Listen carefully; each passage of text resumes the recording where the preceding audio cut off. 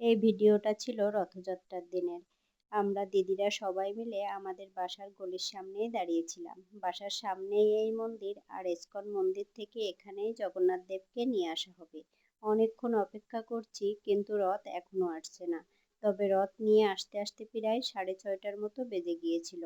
আর এই রাস্তায় এত মানুষের সমাগম হয়ে গিয়েছিল যে পুরো রাস্তাই বন্ধ হয়ে গিয়েছিল। অনেকক্ষণ থেকে অপেক্ষা করার পর অবশেষে রথের দর্শন পেলাম। জগন্নাথ দেব না চাইলে রথ দর্শন বা জগন্নাথ দেবের রথের দড়ি ধরার সৌভাগ্য কিন্তু সবার হয় না। আমি যেমন রথ দর্শন করতে পেরেছি, জগন্নাথ দেবকে দর্শন করতে পেরেছি, কিন্তু রথের দড়ি ধরার মতো সৌভাগ্য আমার হয়নি। কারণ মেয়েকে নিয়েই দাঁড়িয়েছিলাম, আর ওকে নিয়ে এত মানুষের মাঝে গিয়ে রথের দড়ি ধরার মতো সাহস আমি কোনোভাবেই দেখাতে পারিনি। এত মানুষের চাপ ছিল যে ওখানে ঠিকঠাক দাঁড়ানোই যাচ্ছিল না। আর ওই যে যখন রথটা টেনে মন্দিরের সামনে নিয়ে এসেছে, তখনই বৃষ্টি পড়া শুরু করে দিয়েছে। আর আমাদের বাসার গলির ভিতরে অনেক মানুষ ঢুকে গিয়েছিল। এজন্য তাড়াতাড়ি করে মেয়েকে নিয়ে বাসায় চলে এসেছিলাম।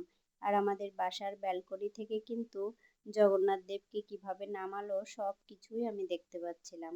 সেজন্য বাসায় মেয়েকে নিয়ে এসেই ওকে কোলে নিয়েই ওকে দেখাচ্ছিলাম। জয় জগন্নাথ।